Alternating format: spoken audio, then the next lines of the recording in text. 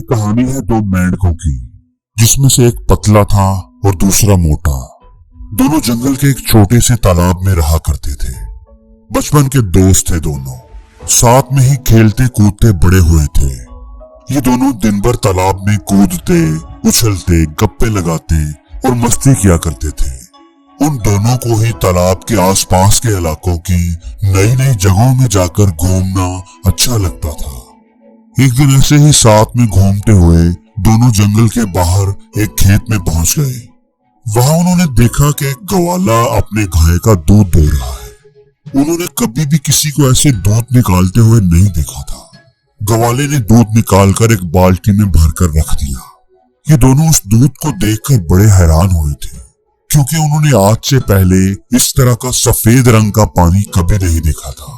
उन्होंने तो जंगल में सिर्फ तालाब का गंदा पानी ही देखा था। कुछ देर सोचने के बाद उन दोनों ने डिसाइड किया कि सफेद पानी में तैरने का मजा ही कुछ और होगा। क्यों ना आज इसमें तैर कर देखें। ये सोचकर उन दोनों ने एक साथ बाल्टी में छलांग लगा दी। वहां जाकर वो देखते हैं, अरे वाह, सफेद पानी, हमने तो ये कभी देखा ही नहीं। ये क्या चीज होती है। दोनों को मजे करने तो पसंद थे ही, तो दोनों वही मस्ती करने लग जाते हैं। कभी दूध में तैरते हैं, कभी गोता मारते हैं। खूब उछल कूद करने के बाद, खूब मजे करने के बाद, वो जो मोटे वाला मेंढक होता है वो कहता है, चल यार अब घर जाने का टाइम आ गया है, जंगल वापस चलते हैं। वो पतला मेंढक भी कहता है कि हाँ यार चलो चलते हैं। ये दोनों बाल्टी से बाहर छलांग लगाने की कोशिश करते हैं, पर वो बाल्टी बहुत बड़ी होती है, ये छलांग लगा नहीं पाते। वो दोनों बाल्टी के किनारे पर जाकर बाल्टी की दीवारों से छलांग लगाने की कोशिश करते हैं, पर वो देखते हैं कि वहां तो बहुत ज्यादा फिसलन है। ये जब भी कूदने की कोशिश करते हैं उनके पैर फिसल जाते हैं।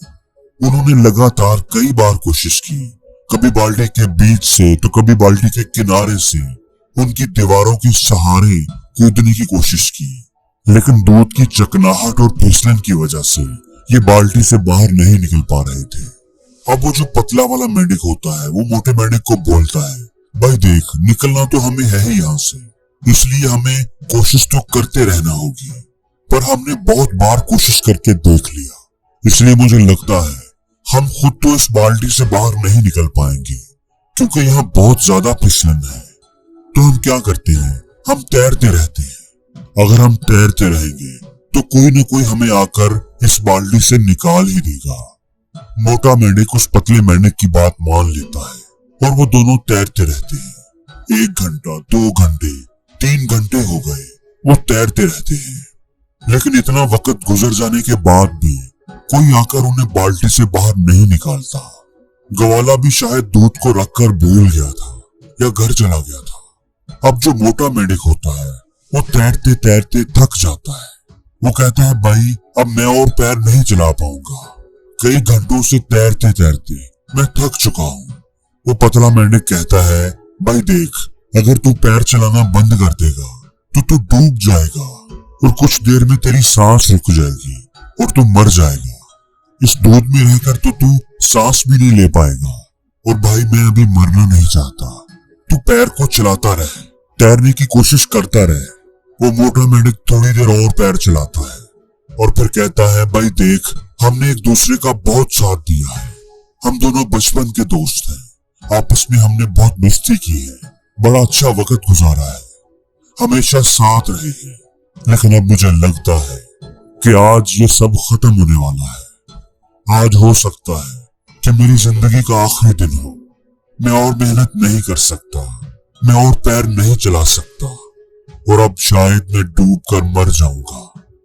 उस पतले मेंढक की आंखों में आंसू आ गए। उसके सामने उसके बचपन का दोस्त पैर मारना छोड़ देता है और डूबकर मर जाता है। ये सब देखकर वो पतला मेंढक और ज्यादा तेजी से पैर चलाने लगता है। उसके अंदर आग लग जाती है। अब कैसे भी करके मुझे इस बाल्टी से बाहर निकलना ही निकलना है, मुझे हार नहीं माननी। अगर मैंने भी हार मान ली तो मैं भी मर जाऊंगा। उसकी आंखों से आंसू निकल रहे थे, वो रो रहा था और तेज तेज पैर चलाता जा रहा था। दोस्तों, जैसा कि हम सब जानते हैं कि अगर थोड़ी देर तक दूध को हिलाया जाए तो उसमें से मक्खन बाहर आने लग जाता है। बिल्कुल ऐसे ही हुआ, क्योंकि बहुत घंटों से वो दोनों मेंढक उस दूध में पैर चला रहे थे, इसलिए उस दूध से मक्खन बाहर आने लग जाता है। साथ ही कुछ घंटे रखे रहने की वजह से दूध कुछ जमने भी लग जाता है, दही जैसी शक्ल में आ जाता है, गाढ़ा हो जाता है। दूध के जमने और मक्खन के आ जाने की वजह से मेंढक देखता है कि दूध थोड़ा गाढ़ा हो गया है, उसके ऊपर एक तह सी बन गई है, मक्खन सा बन गया है। अब वो मेंढक उस मक्खन के ऊपर बैठकर पूरे जोर से एक छलांग मारता है और बाल्टी के बाहर आ जाता है। बाल्टी से बाहर आने के बाद कुछ देर तक तो उसे समझ ही नहीं आता कि आज उसके साथ क्या हुआ। उसका सबसे अजीज दोस्त, उसके बचपन का यार, आज उसकी आंखों के सामने डूबकर मर गया था।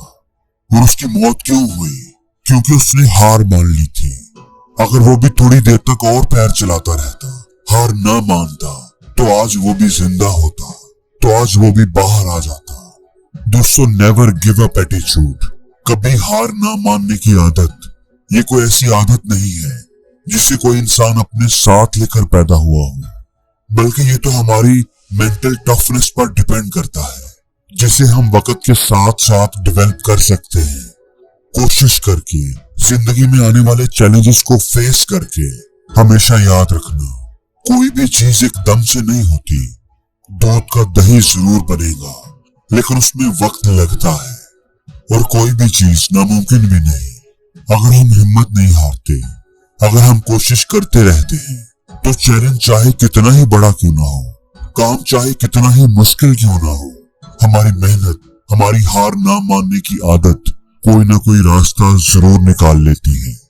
हो सकता है जिंदगी में अभी तक हमें वो ना मिला हो जो हम चाहते हैं, लेकिन लाइफ में मिलता उन्हें ही है जो हार नहीं मानते। और ये भी हो सकता है कि हमें वो सब ना मिले जिसे हम हासिल करना चाहते हैं, लेकिन हमसे ये सुकून कौन छीन पाएगा कि उस चीज को पाने के लिए हमने आखिरी दम तक कोशिश की। एक बात हमेशा याद रखना दोस्तों, हम हारते तब नहीं जब लोग हमसे कहते हैं कि तू हार गया, बल्कि हम हार तब जाते हैं जब हम खुद हार मान लेते हैं।